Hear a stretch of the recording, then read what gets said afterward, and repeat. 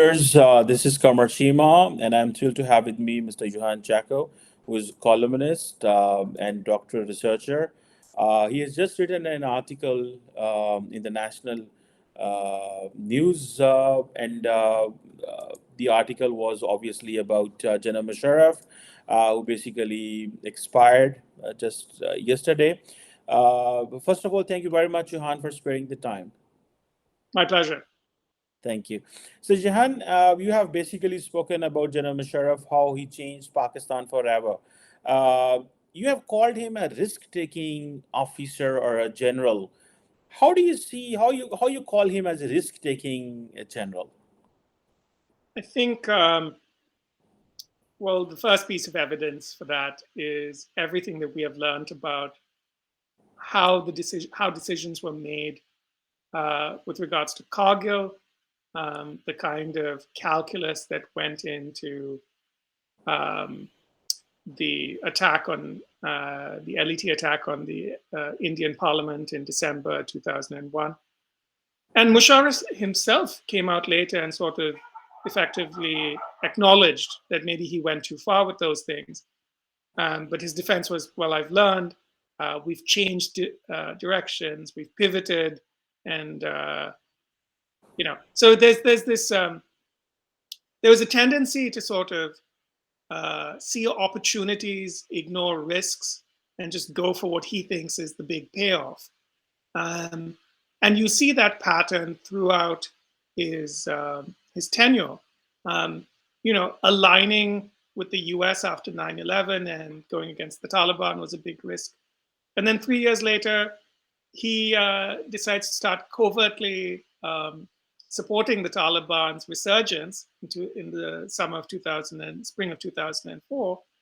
That was also a big risk. There's just a long series of risks, and he made it clear in his biography, In the Line of Fire, that he regards himself as somebody who can handle risk, and he seems to be very proud of it. He seemed to be somebody who relished taking on challenges. So Johan, how do you see? You have just mentioned that he was very close with the Americans, and he was very close. He started, you may say, harboring the Taliban as well. So how do you see this? How basically he managed all that with the Americans, and do you believe that that's where Pakistan's policy was declared as Pakistan is playing a double game? Yeah, so I would say that Musharraf established, well, it's important to recognize that there's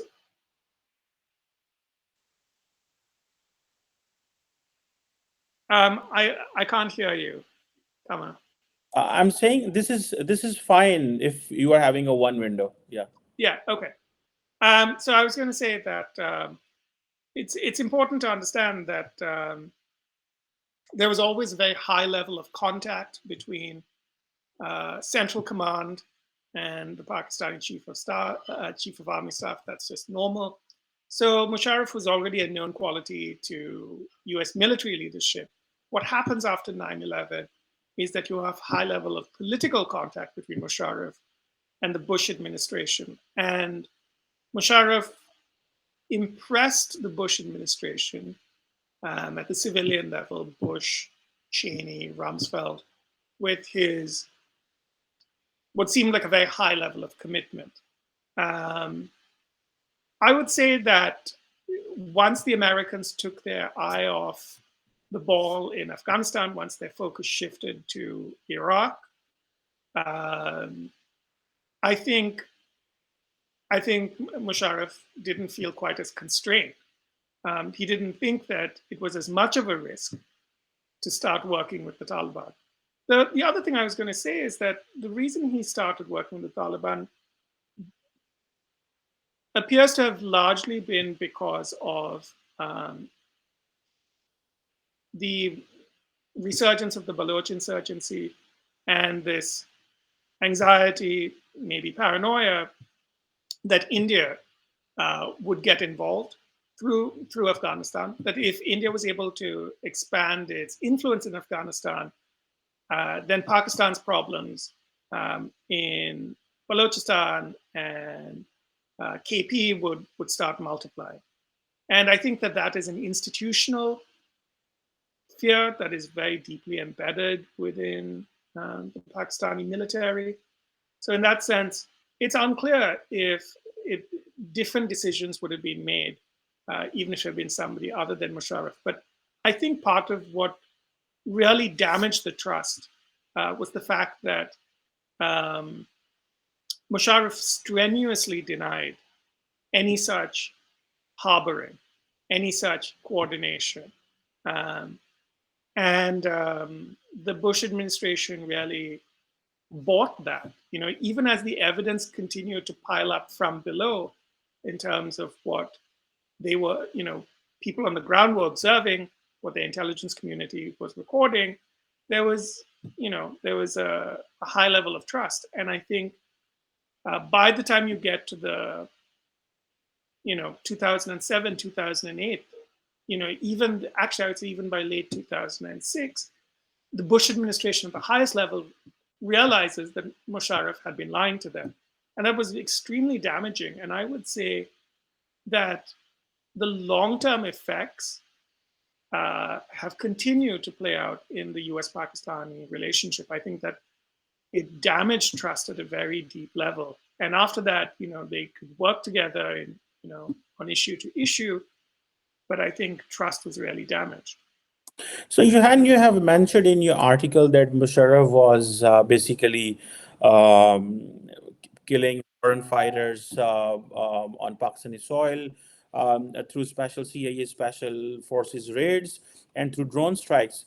How do you think that this damaged Musharraf? Because at the end of the day, Imran Khan used this as a tool that that we are killing our people and we are getting money, the head money for that. How was this taken, and how do you read this gesture of Musharraf that okay, the Pakistanis are getting killed and the Pakistani militants are getting killed, but at the end return, the generals or they are getting the money from the US.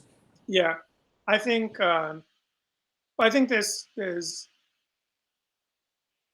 it didn't happen all at once, right? Like, so initial U.S. operations were focused on foreign fighters, and that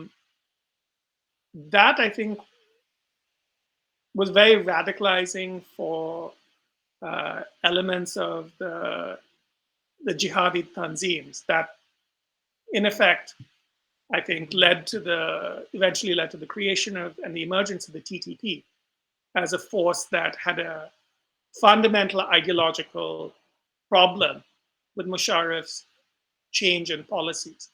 And, they were determined to kill Musharraf, to remove him.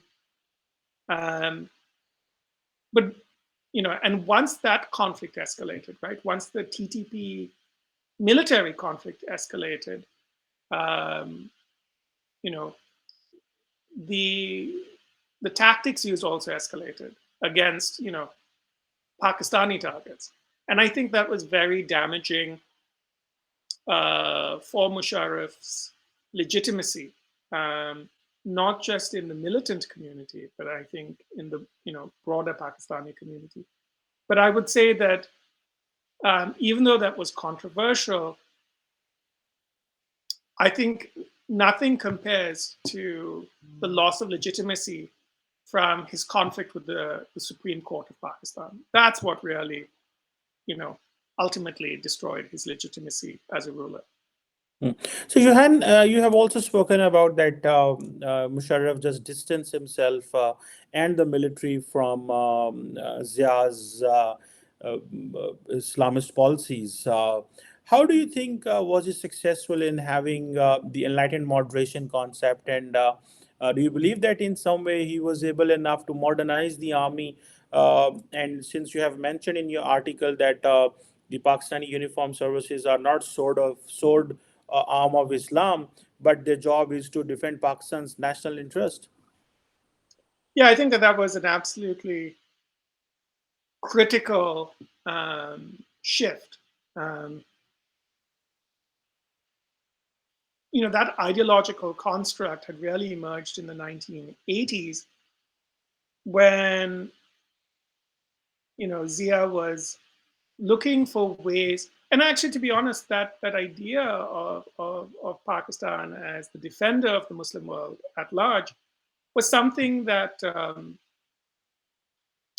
Pakistani leaders sometimes put out when they're looking for military aid from the Muslim world, right? When they're looking for aid from, especially from Gulf countries. And Zia was getting a lot of money from the Gulf and especially but it also fit in with ideas of expanding Pakistan's footprint in Afghanistan, maybe incorporating Afghanistan into with Pakistan into some kind of confederation. But these ideological constructs created more problems than they solved. And I think Musharraf recognized that. I think there were people within um, the senior officer corps who also recognized that problem. But I think the key thing was that again, after 9/11 and then after the parliament attacks in December of 2001, Musharraf really shook up the senior leadership. He reshaped the general officer corps. Um,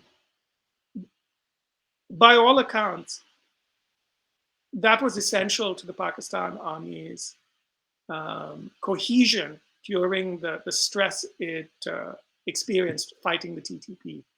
There were moments of profound ideological confusion.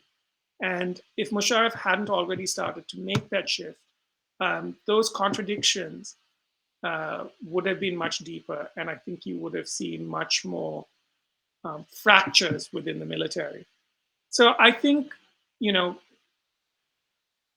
and those policies played a role in who got promoted, who stayed in, and the overall ethos. So I think what you see now is a much more ideologically balanced force that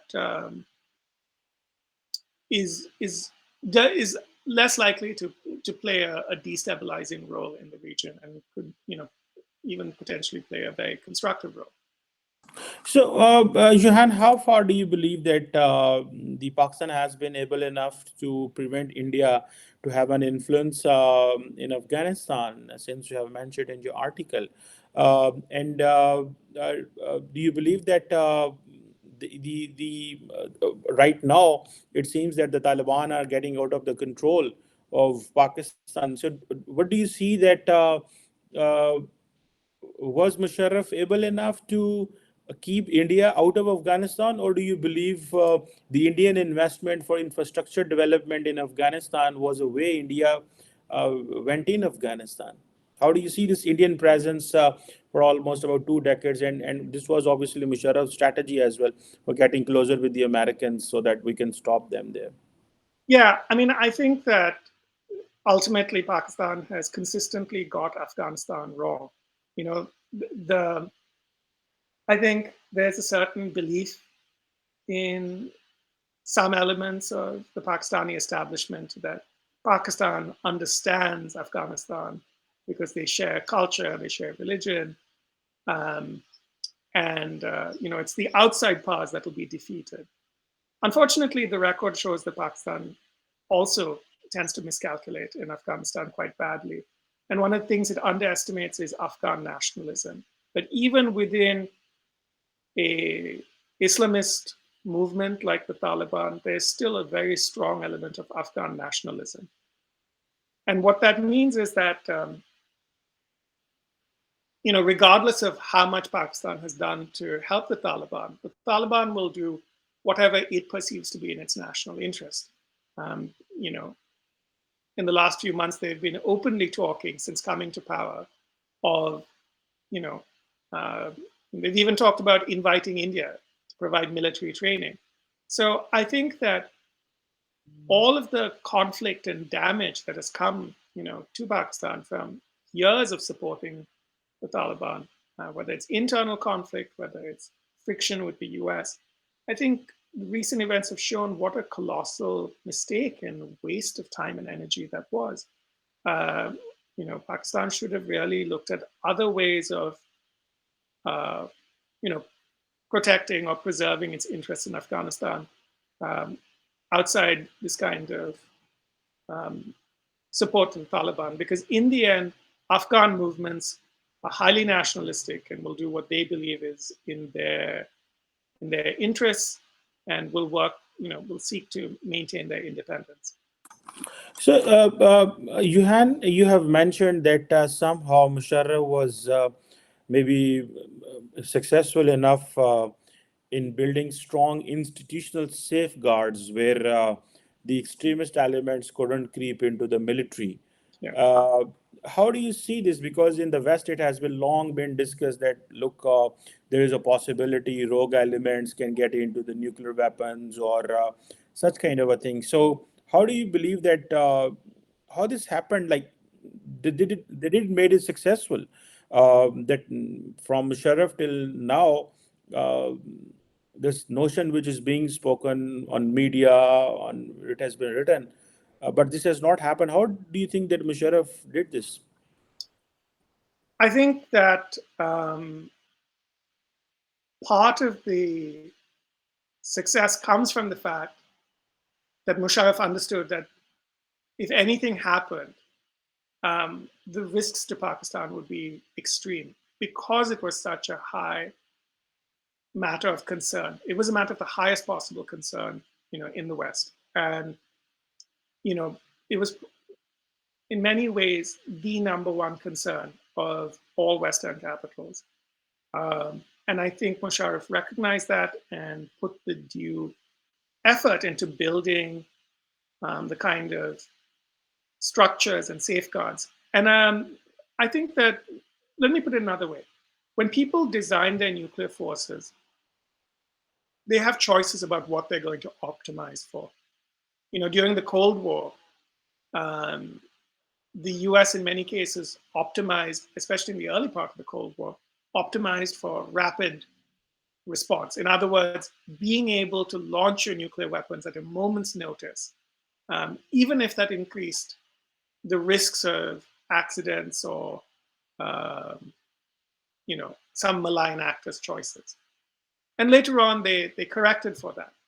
But I would say that because Pakistan, from 1998 onwards, was sensitized to concerns from the rest of the world, it seems that they have optimized for safety. In other words, their nuclear force posture is designed to prevent, first and foremost, to prevent accidental or unauthorized um, material access. And as opposed to optimizing for being able for a high state of readiness. And I think that kind of safety first mentality, you know, has paid off. The other thing I would say is that really careful personnel selection and review seems to be another factor. Um, a lot of the thanks, I think, goes to the power that Musharraf gave to the SPD, the Strategic Plans Division. Their authority and their resources and their prestige, I think, made it clear within the system how seriously the institution um, took nuclear safety. And I think it has paid off. Hmm. So you have also mentioned that about Pakistan's national ideological foundations, and you have spoken about the private electronic media ecosystem, Yeah. which is particularly more liberal, or you may say not. You can't say maybe liberal, but more progressive, maybe. So, how do you see this? Uh, how basically he gave freedom to the media. He brought private media in the country. Uh, but you also spoke that Musharraf's national ideological foundations were mixed. Uh, uh, how will you elaborate this particular notion in your Well, writing? um, I think well, first of all, the history of media liberalization goes back to Kargil. Kargil was one of South Asia's first media wars. And when I say media war, there was always propaganda in every conflict, over TV and radio. but this was the first war in which private electronic media played a big role. And that was the result of India's media liberalization in the 90s, where you had all of these satellite TV channels like NDTV and things like that. And they changed the narrative of the war. So you would call that, I suppose in military terms, information operations, right? Reshaping perceptions of the war. And I think Musharraf was very impressed by the role that uh, India's private electronic media was able to play on India's behalf, and he wanted Pakistan to have the same thing. And that was the idea behind the liberalization. Obviously, it's had many unintended consequences far beyond that. Um, in terms of like, is it liberal? I'm not sure that it's liberal. Um, it can often be very reactionary. I will say this though, a lot in terms of the mixed ideological foundations. One of the things that is responsible for this is that Musharraf often targeted, had to think about political threats to his position. Musharraf lacked legitimacy because of the way he came to power. And so he was always worried about, uh, you know, mainstream political parties being able to unseat him. So the way in which censorship worked was more to the disadvantage of democratic parties and gave, in many ways, gave more space to non-violent extremists. So if you're an extremist who picked up a gun and pointed it at the state, you would have trouble. But if you had guns uh, and pointed them at other people, say religious minorities, you had much fewer troubles. And I think that also permeated into the media space, and I think radicalized large portions of the population, and that's a problem Pakistan is still dealing with today. One last quick question. And you said that today's Pakistan is almost General Musharraf's Pakistan with all that. So, how do you just justify this statement that how is this like because of the hybrid civil military setup, or how do you see this? Yeah, I think that's exactly right. Musharraf had some pretty profound impacts, and it's you have the lawyers movement, which in many ways marked a new phase in the Supreme Court's position as a independent heavyweight player within the political system. Um, you know, that's directly the result of Musharraf's attempts to subordinate the court. Um, as I said, as we were discussing, the media ecosystem is a result of Musharraf's decision. Um, the kind of role that the army plays in national security decision making and its overall national security logic, whether it is Balochistan, whether it is Afghanistan, whether it's India, whether it's the US, whether it's China, still looks very much like it did in Musharraf's time. And there's another legacy, which is that when you looked at the PTI cabinet, it was largely Musharraf's cabinet. So, it's many of the elements that emerged in his time are still with Pakistan today and are still the dominant elements in the Pakistani scene today. You're absolutely right that in so many ways that hybrid civil military, what we call stalemate, is still there, and we are facing all that. But thank you very much, Johan, for sparing the time. And you wrote an opinion page for the for of, and you shared your thoughts with us. Thank you very much for that. Always a pleasure, Qamar. Thank you.